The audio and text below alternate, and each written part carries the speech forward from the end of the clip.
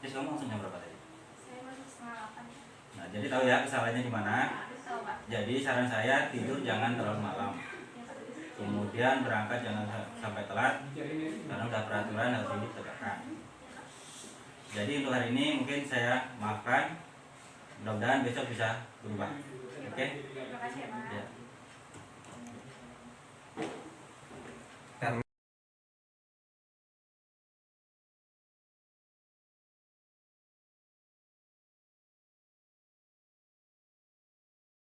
Bismillahirrahmanirrahim. Assalamualaikum warahmatullahi wabarakatuh. Waalaikumsalam warahmatullahi wabarakatuh. Ya, alhamdulillah kita ketemu pada kali ini kita dalam pertemuan yang pertama setelah kalian libur kurang lebih 3 minggu atau sekitar 1 bulan.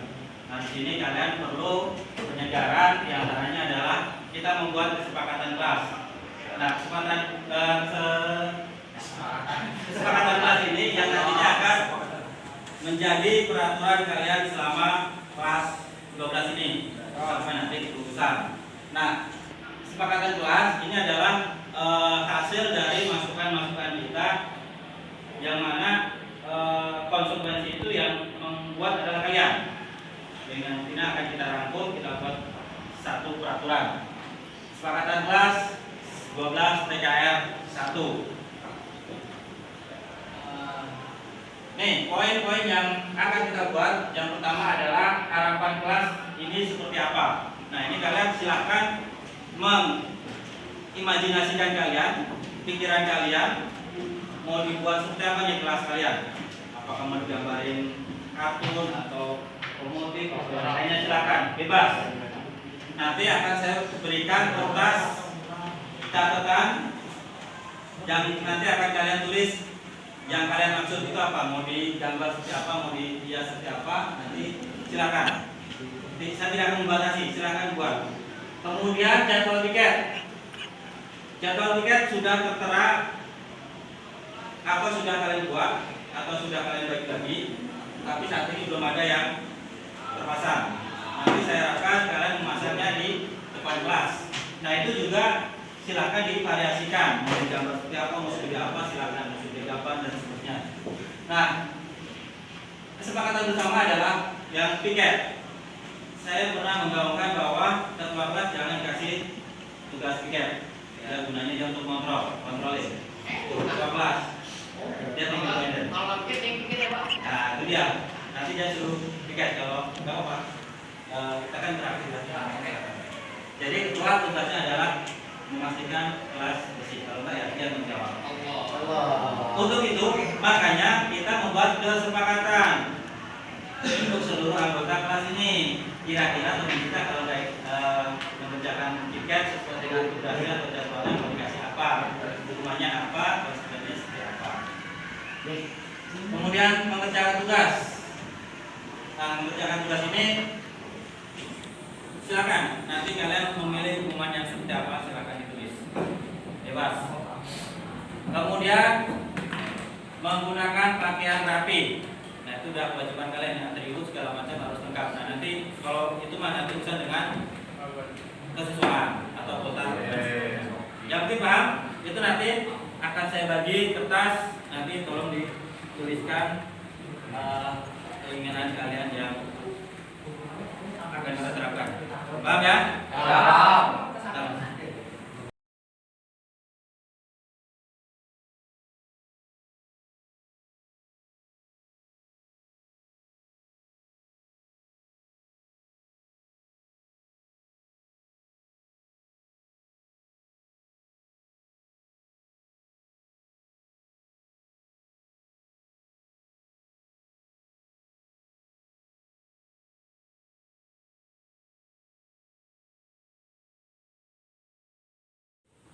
Bismillahirrahmanirrahim. Assalamualaikum warahmatullahi wabarakatuh. Hamdan wa syukranillah, wassalatu wassalamu ala rasulillah, ba'du. Selamat pagi dan salam sejahtera untuk kita semua. Yang saya hormati Bapak Hajar Hari Sulistyo selaku calon guru penggerak SMK Nasional Depok Angkatan 8, yang dalam hal ini memberikan diseminasi keterkaitan dengan budaya positif di SMK Nasional Depok. Saya selaku Kepala SMK Nasional Depok terus mendorong dan terus memberikan semangat kepada Bapak Fajar Sulistyo selaku calon guru penggerak angkatan 8 agar materi-materi yang telah diberikan di guru penggerak ini bisa didiseminasikan secara keseluruhan dan juga bisa diterapkan di SMK Nasional Depok. Khususnya di dalam budaya positif ini adalah suatu materi yang sangat baik karena ini adalah sebuah nilai-nilai yang harus dilakukan baik guru maupun siswa untuk bisa diimplementasikan di sekolah, khususnya di SMK Nasional Depok. Terkait dengan budaya positif, memang permasalahan di sekolah ini adalah bagaimana cara kita menerapkannya secara rutin, karena ini menjadikan anak-anak kita sebuah karakter dan pada akhirnya menjadikan sebuah budaya, dan ini tidak bisa dilakukan secara instan. Makanya budaya positif ini perlu adanya toladan yang harus dilakukan oleh para guru khususnya di SMK Nasional Depok. Mudah-mudahan Pak Fajar Sulistyo selaku calon guru penggerak ini bisa menjadi tutor sebaya gitu ya, atau rekan sejawat bagi guru-guru yang lainnya dalam rangka menerapkan budaya positif, kebaikan-kebaikan, nilai-nilai luhur yang ada di SMK Nasional Depok. Mungkin itu yang saya bisa sampaikan. Terima kasih. Wassalamualaikum warahmatullahi wabarakatuh.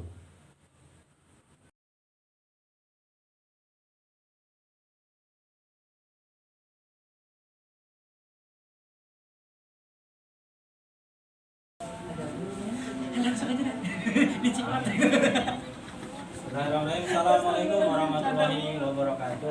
Waalaikumsalam warahmatullahi wabarakatuh. Innalhamdulillah nahmaduhu wa nasta'inuhu wa nastaghfiruh wa na'udzu billahi min shururi anfusina wa min sayyiati a'malina, may yahdihillahu fala mudilla lahu wa may yudlil fala hadiya lahu.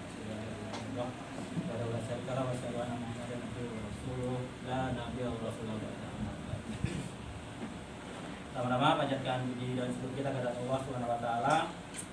Pada kesempatan kali ini kita bisa bertemu kembali dalam rangka diseminasi terkait apa yang selama ini saya jalankan, yaitu pendidikan guru penggerak. Alhamdulillah sudah hampir menyelesaikan satu modul. Kurang lebih masih 50% lagi. 50% lagi masih panjang. Oh, masih kita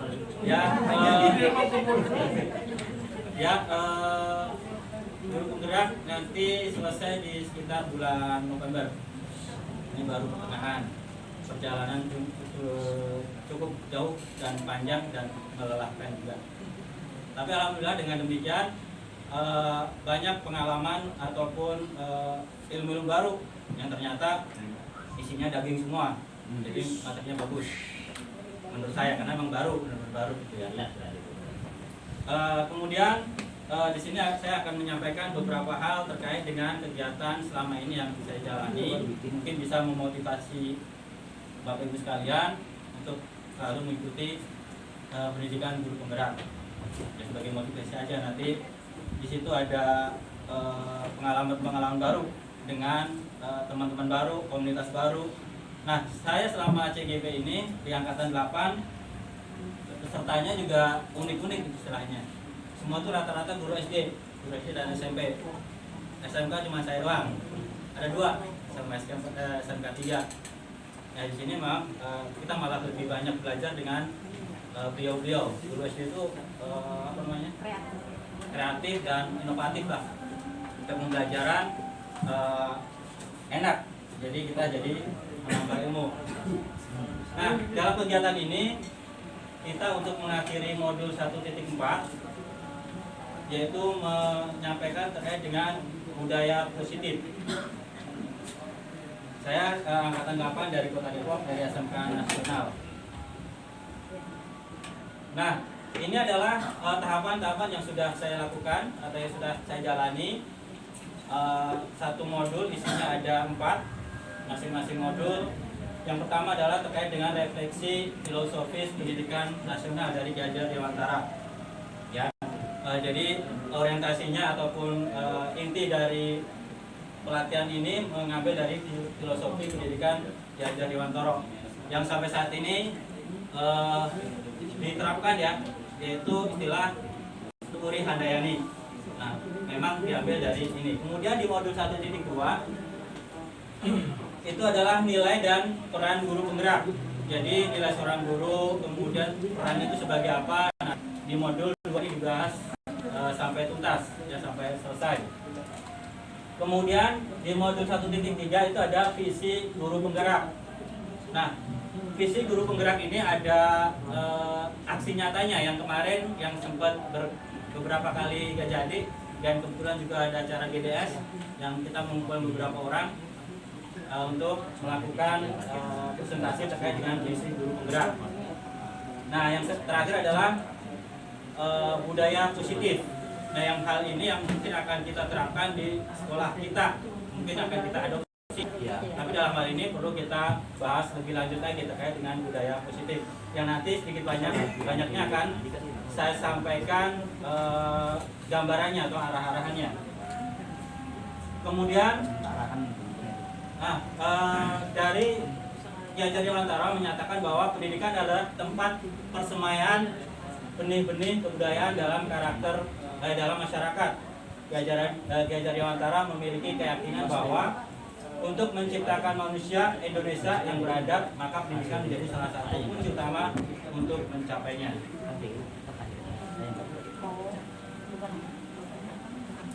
Nah, ini adalah gagasan dari pemikiran IHD atau Ki Hajar Dewantara.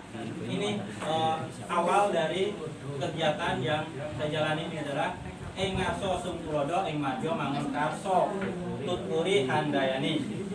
Artinya adalah di depan memberikan teladan yang baik, kemudian di tengah membangun semangat dan kemauan, kemudian yang terakhir adalah yang dari belakang itu mendorong. Jadi 3 prinsip ini yang dikembangkan oleh Ki Hajar Dewantara.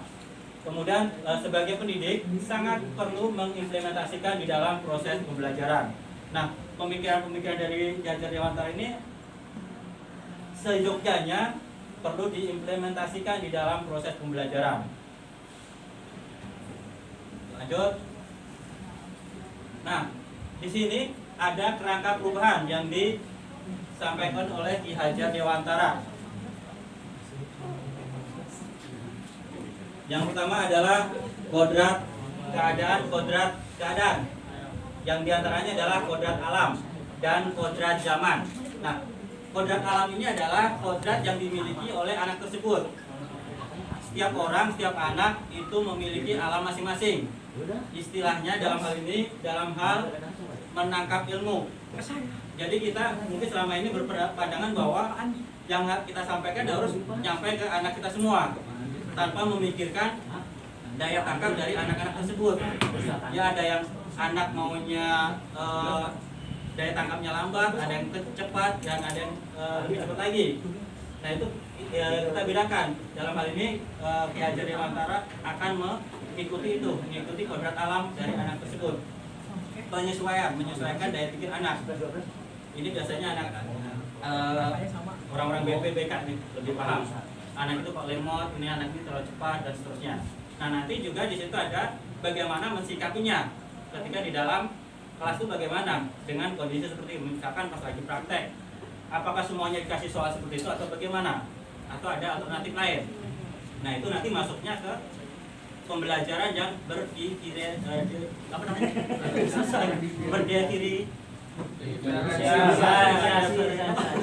diferensiasi. Istilahnya dia selarasan. Jadi kalau ada mobil kan dia kan mobilnya beda. Nah, karena ada diferensial dia jadi sama semua. Jadi menyamakan atau menyesuaikan kondisi anak masing-masing, berdiferensiasi. Nah, kemudian ada lagi yang kodrat zaman. Nah, kodrat zaman itu adalah ya sekarang ini. Mungkin zaman dulu dengan sekarang cara belajar juga beda. Kan sekarang eranya digital.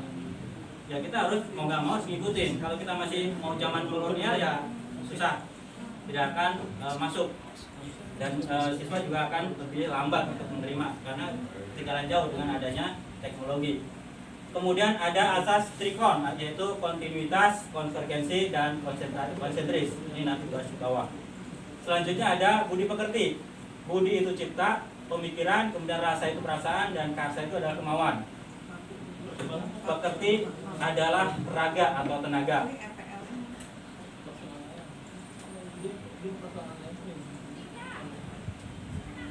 Nah, ini tadi trikon. Kontinuitas, kita harus melakukan dialog kritis tentang sejarah. Dalam bergerak maju ke depan, kita tidak boleh lupa akar nilai budaya yang hakiki dari masyarakat. Jadi nilai-nilai budaya tetap kita munculkan, kita abadikan, ya. Dalam hal pendidikan kita selalu memasukkan tentang terkait dengan budaya. Budaya itu banyak, bukan hanya kesenian segala macam, bahwa bahkan budaya-budaya yang bagus itu budaya juga. Kemudian konvergensi adalah pendidikan harus memanusiakan manusia dan memperkuat kemanusiaan. Nah, memanusiakan manusia itu dalam artian kita memberikan haknya sesuai dengan haknya masing-masing, jangan sampai dipaksa-paksa. Karena hal-hal yang dipaksa itu pasti tidak baik. Makanya di sini kita harus memanusiakan manusia, mengorangkan orang. Kemudian konsentris, ya, konsentris. Pendidikan harus menghargai keragaman dan memerdekakan pembelajar, karena setiap orang berputar dan beredar dan sesuai dengan orbitnya. Nah, di sini konsentrasinya adalah ke berpusat pada siswa, bukan berpusat pada guru. Mungkin selama ini atau bahkan yang sampai saat ini kita jalankan masih berpusat pada guru. Ternyata itu sudah ketinggalan. Nah, sekarang yang kita gunakan adalah yang berpusat kepada siswa. Makanya ada yang pembelajaran berdiferensiasi. Jadi nggak bisa kita istilah Jawa adalah gebiah-uyah ya, semua ini harus bisa semua, nggak bisa dipaksakan, harus sesuai dengan karakter masing-masing. Dan sekarang ada Merdeka Belajar, bisa masuk Merdeka Belajar. Mereka merdeka gitu kan, tanpa ada paksaan dia belajar. Bahkan ada istilah kompetensi tidak harus selesai, ya. Kalau dia dapatnya berapa ya udah gitu. Kemudian, nah, pada kesempatan kali ini tadi filosofi Ki Hajar Dewantara. Nah, budaya positif. Nah, di sini kita berupaya atau berusaha untuk menanamkan budaya positif di sekolah kita. Ya, ini kita ramu sedemikian rupa. Nah, di sini kita ambil yang disiplin positif. Memang kita mengangkat tema disiplin yang di sekolah kita adalah disiplin. Cara menerapkan disiplin yang mengajarkan siswa bertanggung jawab, menumbuhkan kesadaran diri dengan dan nilai-nilai kebajikan. Mengarahkan pada disiplin diri yang dapat mengontrol dalam melakukan segala tindakan, dapat membuat siswa memahami dan menyadari tindakan berdasarkan motivasi internal tanpa paksaan, ujian ataupun hukuman. Ada 3 poin terkait dengan disiplin positif. Nah, dalam hal disiplin ini ada motivasi perilaku manusia. Setiap anak memiliki motivasi tersendiri dalam bertindak. Praktik disiplin positif mendorong anak untuk menghargai diri sendiri dengan nilai yang dipercaya. Ini ada tiga motivasi perilaku manusia. Yang pertama adalah menghindari ketidaknyamanan lingkungan, mungkin karena bosan di dalam kelas sehingga berisik di kelas. Ini salah satu contoh, misalkan anak bosan atau dia anak keluyuran padahal itu masih jam pelajaran. Perlu diselidik dulu kenapa dia bisa begitu. Apakah dia merasa tidak nyaman atau dia merasa tidak enak, makanya dia keluar. Makanya perlu kita ketahui apa penyebabnya. Jadi misalkan ya mama ya jangan langsung dukung dulu, tanyain dulu apa permasalahannya. Kemudian yang kedua adalah mendapatkan penghargaan dari orang lain. Dia berperilaku disiplin cuma karena sesuatu, ada maunya, imbalan ataupun pujian semata, bukan dari dirinya. Jadi dia disiplin itu karena takut dihukum atau dia pengen dipuji atau segala macam. Ya itu sih sah-sah saja, karena kalau kita yang mau kita nomor 2 juga udah masuk sebenarnya. Dia mau terpaksa atau enggak yang penting ngikutin aturan kita, kan seperti itu. Tapi dalam hal ini dia masih kurang tepat. yang masih perlu digali lagi. Yang ketiga, menghargai diri sendiri dari nilai yang dipercaya, sehingga disiplin positif dari diri sendiri. Nah, ini yang kita harapkan yang poin ketiga. Jadi mereka disiplin itu tumbuh dari diri dia masing-masing, bukan dari eksternal, bukan dari kita, bukan karena ada Pak Dadang di depan atau Pak Bahtiar yang berubur sampai pakai kayu segala macam sampai seperti itu. Yang jelas intinya yang kita kejar adalah yang ketiga, menghargai diri sendiri dari yang dipercaya tanpa ada paksaan. Karena kalau dia dari diri sendiri berarti sudah intinya itu dari hati.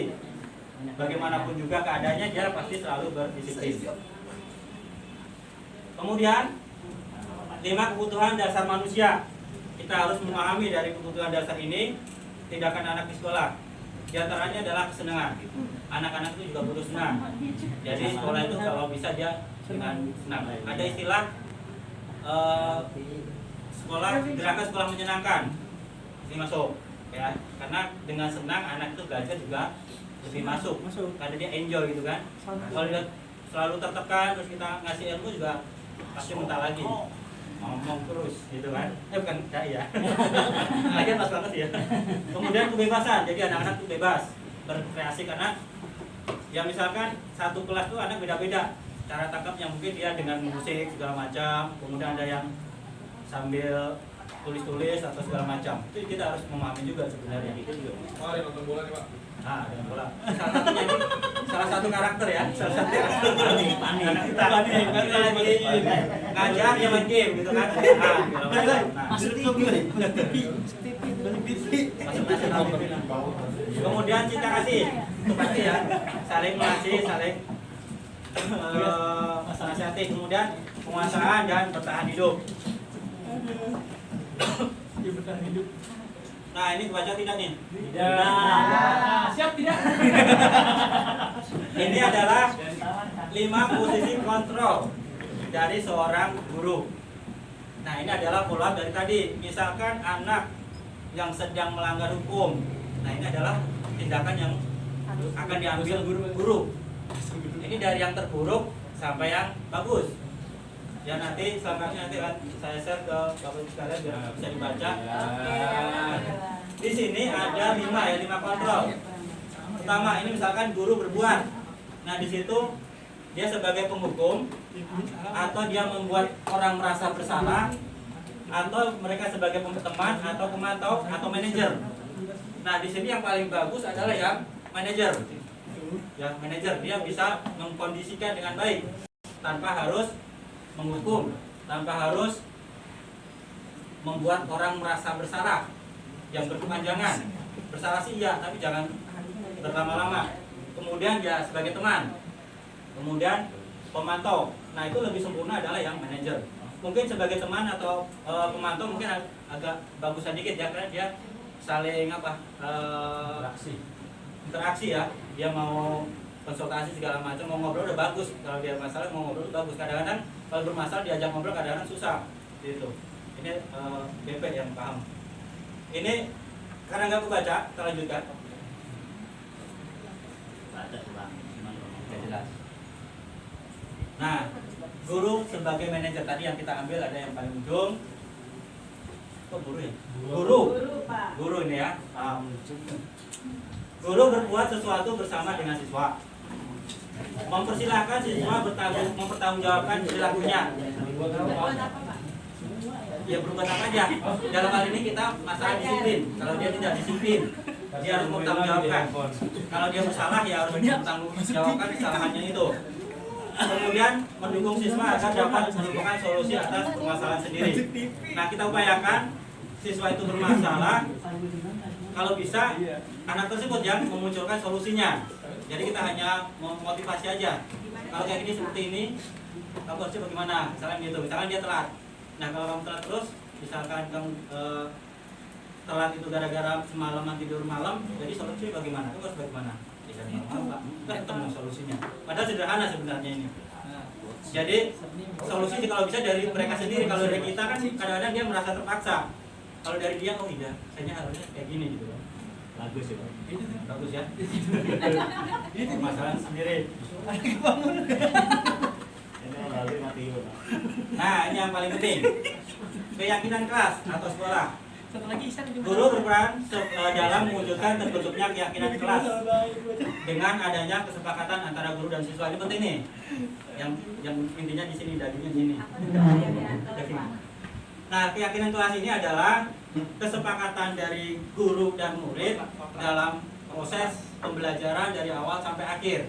Itu harus ada peraturan, masing-masing harus punya peraturan masing-masing dengan kesepakatan dengan siswa.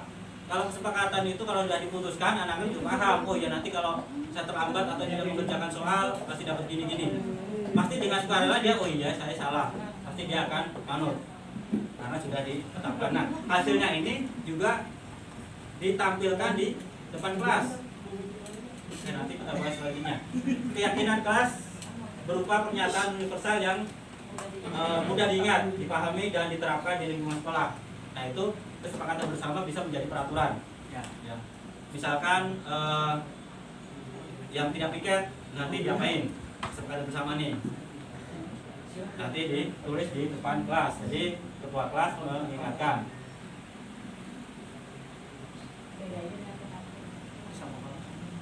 Ya, nggak ada dulu. Kenapa, Pak? Misalnya online bos. Linknya Pak.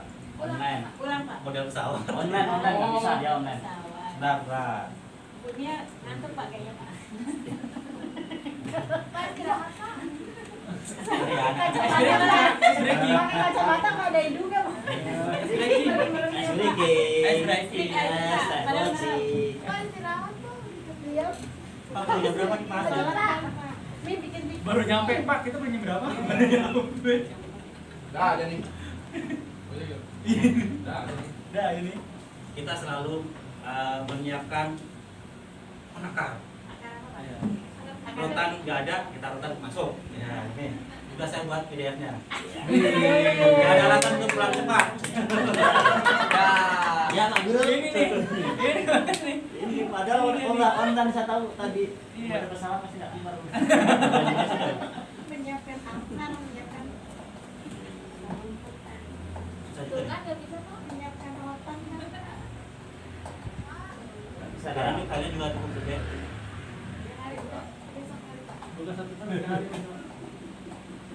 Ya, Tas yang ini. Ya. Ini udah tadi ya.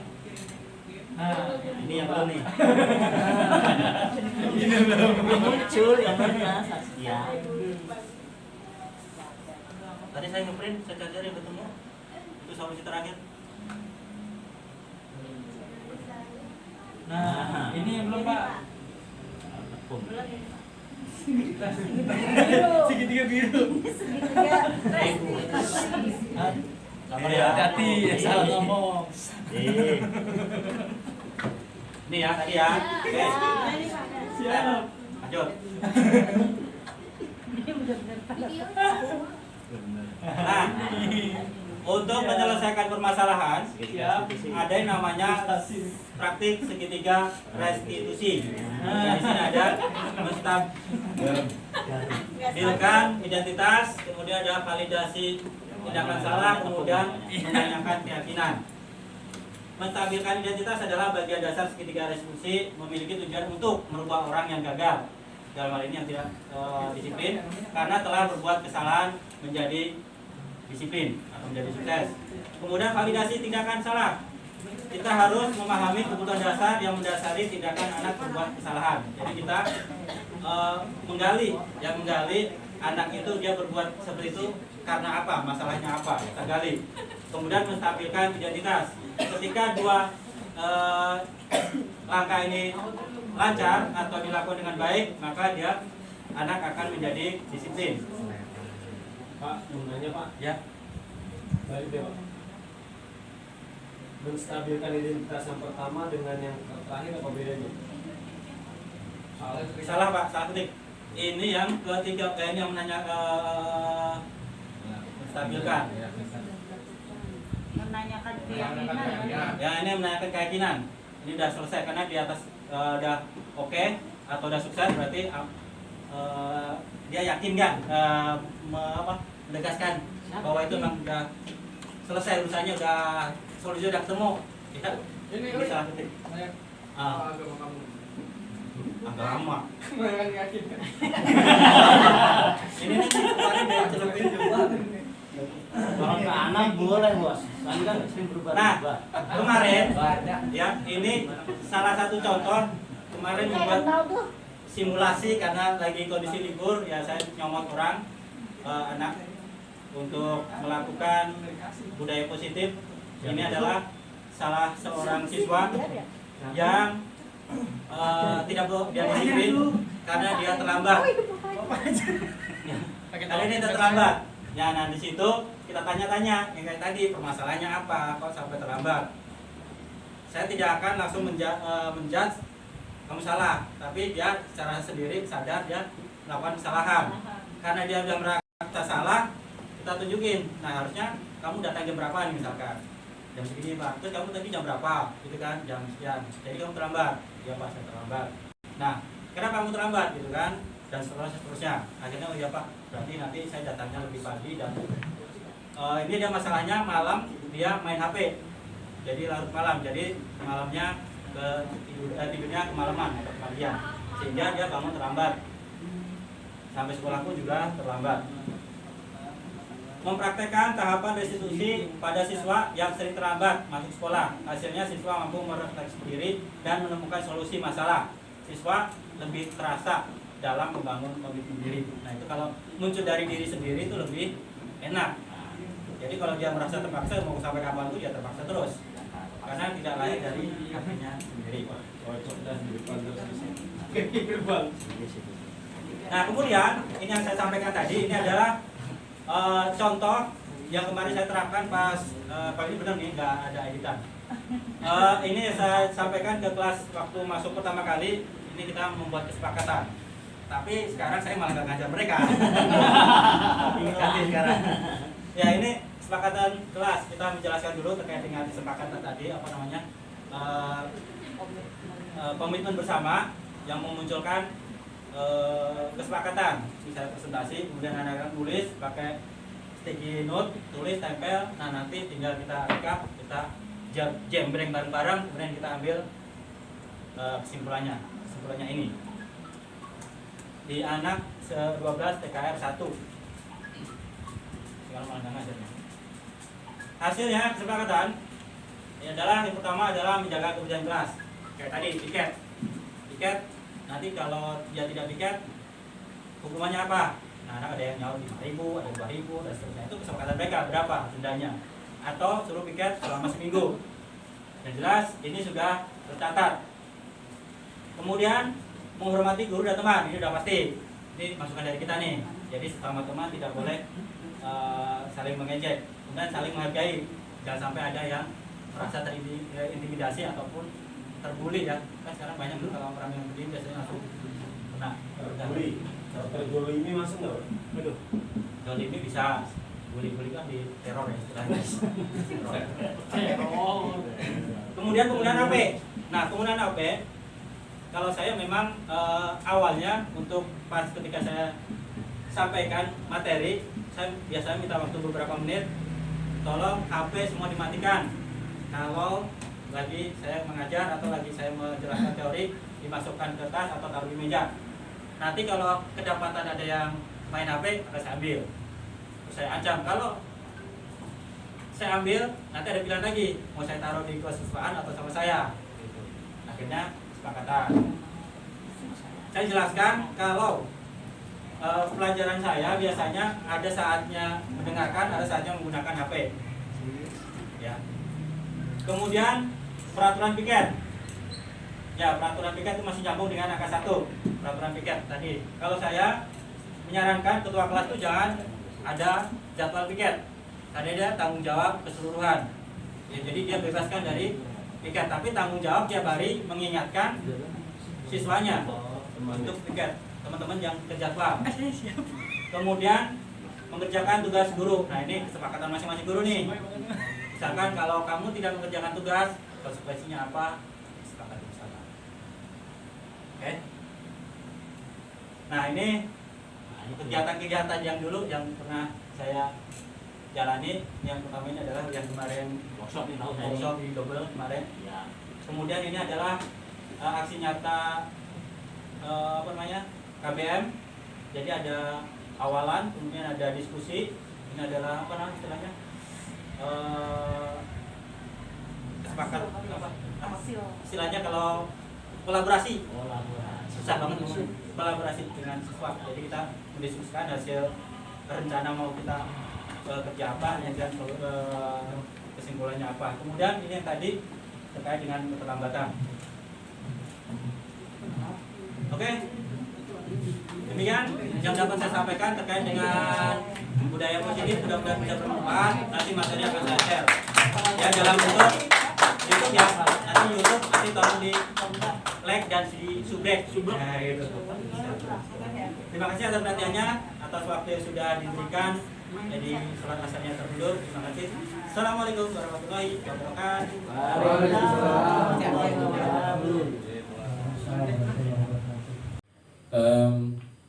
Baik, saya akan menyampaikan refleksi dari hasil penyampaian materi diseminasi yang disampaikan oleh Bapak Fajar Hadi Sulistyo selaku calon guru penggerak angkatan 8, yaitu materi budaya positif. Terkait dengan materi yang disampaikan oleh Pak Fajar, bahwa budaya positif ini sangat baik tentunya diterapkan di sekolah gitu ya, karena dengan adanya budaya positif ini maka akan muncul karakter bangsa yang berpedoman kepada karakter Pancasila. Nah, khusus bagi anak-anak di SMK Nasional Depok ini gitu ya, karena memang budaya positif ini harus diterapkan dan tidak bisa secara instan dilakukan.